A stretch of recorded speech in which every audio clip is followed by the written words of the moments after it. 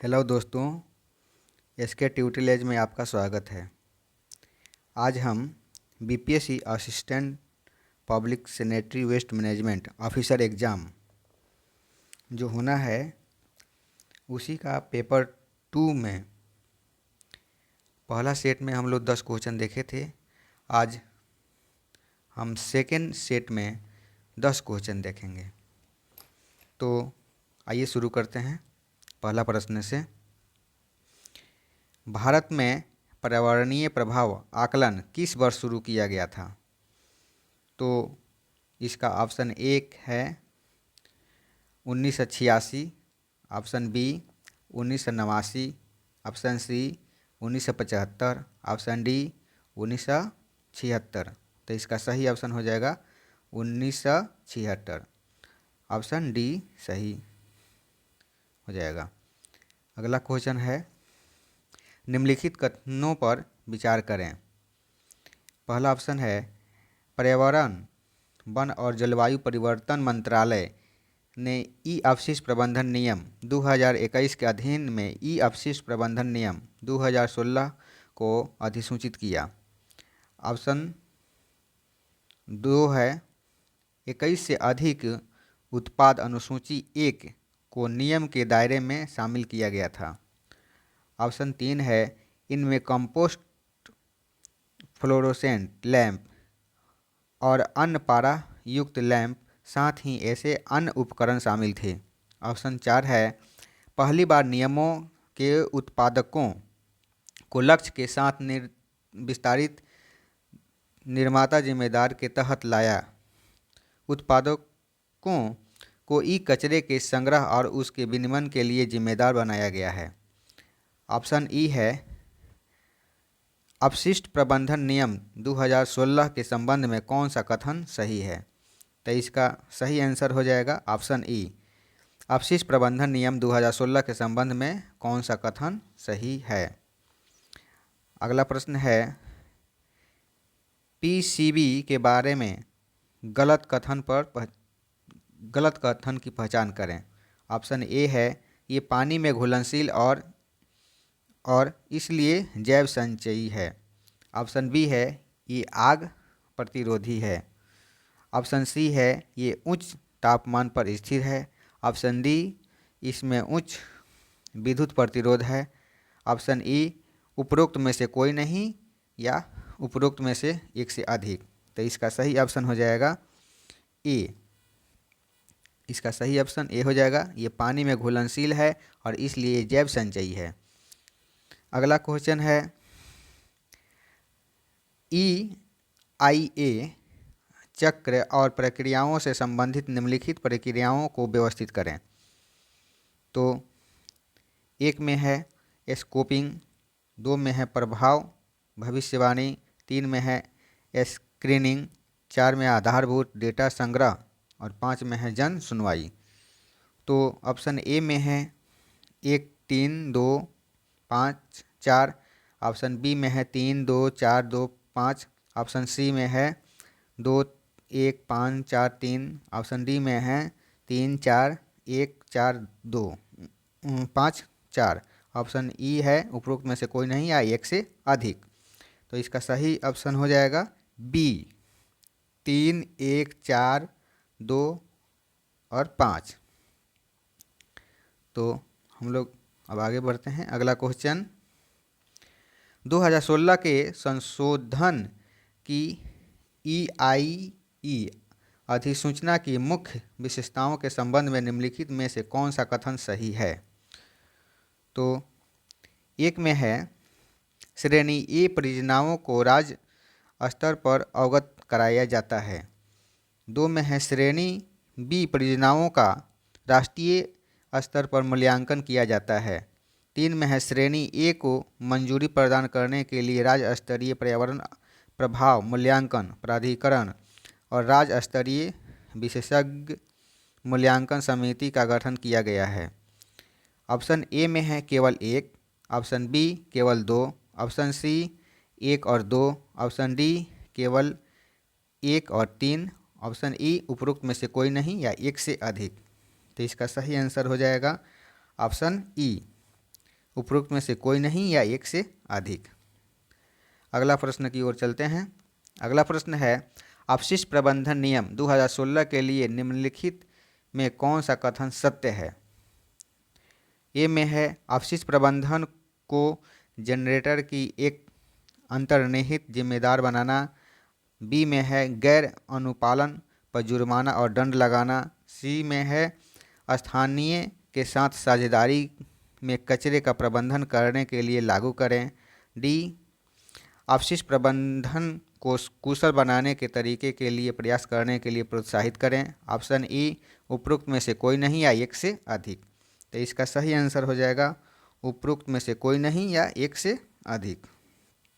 अगला प्रश्न है, खतरनाक अपशिष्ट की अनुसूची 2 के लिए निम्नलिखित में से कौन सा कथन सही नहीं है? ऑप्शन ए है, लीच करने योग्य एकाग्रता सीमाओं के आधार पर कक्षा ए विषाक्तता विशेषता लिंचिंग प्रक्रिया TCLP या घुलनशील थ्रेशोल्ड सीमा एकाग्रता STLC। ऑप्शन बी में है, कक्षा बी मिलीग्राम AL में आधारित। उदाहरण के लिए पारा 0.2 है, सीसा 5 है, बेंजीन 0.5 है। ऑप्शन सी है, कक्षा डी कुल थ्रेशोल्ड सीमा एकाग्रता TTLC के आधार पर मिलीग्राम प्रति किलोग्राम में। उदाहरण के लिए अहद। ऑप्शन डी है, कक्षा सी खतरनाक विशेषताओं के आधार पर ज्वलनशील संक्षारक प्रक्रियाशील या विस्फोटक विषाक्त आदि। ऑप्शन ई, उपरोक्त में से कोई नहीं या एक से अधिक। तो इसका सही उत्तर हो जाएगा उपरोक्त में से कोई नहीं या एक से अधिक। अगला प्रश्न है,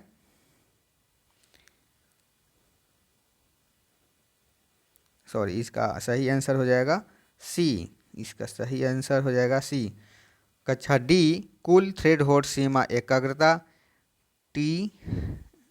TCLC के आधार पर मिलीग्राम प्रति किलोग्राम में। उदाहरण के लिए अहद। अगला क्वेश्चन है, प्लास्टिक कचरे से संबंधित नीचे दिए गए सही कथन का चयन करें। ऑप्शन ए है, पुनर्चक्रण योग्य प्लास्टिक कचरे को पंजीकृत प्लास्टिक अपशिष्ट पुनर्चक्रणकर्ता के पास भेजा जाएगा। पुनर्चक्रण IS 14534 अनुपात 1998 के अनुरूप होगा। ऑप्शन बी है, स्थानीय निकाय भारतीय सड़क कांग्रेस के दिशा निर्देशों के अनुसार सड़क निर्माण के लिए प्लास्टिक कचरे अधिमानतः प्लास्टिक अपशिष्ट जिसे आगे पुनर्चक्रण नहीं किया जा सकता है के उपयोग को प्रोत्साहित करेंगे, या ऊर्जा वसूली या तेल से अपशिष्ट। ऑप्शन सी है, प्लास्टिक बैग और पैकेजिंग के उपयोग किए जाने वाले कोई रंग द्रव्य या रंगीन नहीं। यदि ऐसा है तो केवल IS 9833 अनुपात 1981 के अनुरूप है। ऑप्शन डी है, पुनर्नवीनीकरण प्लास्टिक का उपयोग खाद्य सामग्री को खाने पीने के लिए तैयार भंडारण, ले जाने, वितरण या पैकेजिंग के लिए नहीं किया जाना चाहिए। कुंवारी या पुनर्चक्रणीकरण प्लास्टिक से बना कैरी बैग मोटाई में 50 माइक्रोन से कम नहीं होना चाहिए। ऑप्शन ई है, उपरोक्त में से कोई नहीं या एक से अधिक। तो इसका सही ऑप्शन हो जाएगा उपरोक्त में से कोई नहीं या एक से अधिक। अगला प्रश्न है, निम्नलिखित में से खतरनाक अपशिष्ट उदाहरण की प्रक्रिया या स्रोत क्या है? तो ऑप्शन एक है, खतरनाक अपशिष्टों रसायनों को संभालने के लिए उपयोग किए जाने वाले बैरल या कंटेनर। ऑप्शन बी है बैरल या कंटेनर की सफाई, निपटान से उत्पन्न अपशिष्ट जल के उपचार से कीचड़। ऑप्शन सी खतरनाक रसायनों अपशिष्टों से दूषित थाली, बैरल, कंटेनर या लाइनर। दूषित सूती कपड़े या अन्य सफाई सामग्री। डी पेंट, रंग द्रव, लाख, वर्णित और स्याही का उपयोग। ऑप्शन ई है उपरोक्त में से कोई नहीं या एक से अधिक। तो इसका सही आंसर हो जाएगा उपरोक्त में से कोई नहीं या एक से अधिक। और लास्ट प्रश्न है खतरनाक कचरे के प्रबंधन में निम्नलिखित में से किस कदम का पालन किया जाना चाहिए। ये है साइट की पहचान में राज्य सरकार अभियोगी एक सुविधा का संचालन या कब्जाधारियों का कोई संघ व्यक्तिगत या संयुक्त रूप से शामिल होगा। ऑप्शन बी है सुविधा अनुपालन विवरण में लेआउट मानचित्र के साथ साइट का स्थान शामिल है। ऑप्शन सी है कचरे का सुरक्षित भंडारण और भंडारण क्षमता। ऑप्शन डी है समान सुविधा के ऑपरेटर या कैपिटल सुविधा के कब्जे वाले खतरनाक और अन्य कचरे के रिकॉर्ड बनाए रखेंगे और भंडारण की शुरुआत की तारीख को चिन्हित करेंगे और अंग्रेजी और स्थानीय भाषा दोनों में खतरनाक अपशिष्ट के रूप में लेबल करेंगे। ऑप्शन ई है उपरोक्त में से कोई नहीं या एक से अधिक।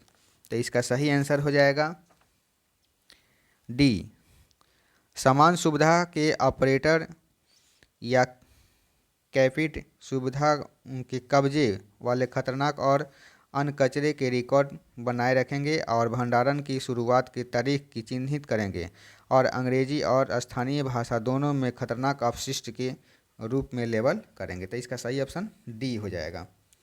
तो आज हम लोग 10 क्वेश्चन देखे और अब आगे हम लोग अगला सेट में देखेंगे। तो पढ़ते रहिए और तैयारी जारी रखिए। थैंक यू, धन्यवाद। और मेरे चैनल को सब्सक्राइब कर दें, शेयर करें, सब्सक्राइब करें और लाइक करें। धन्यवाद।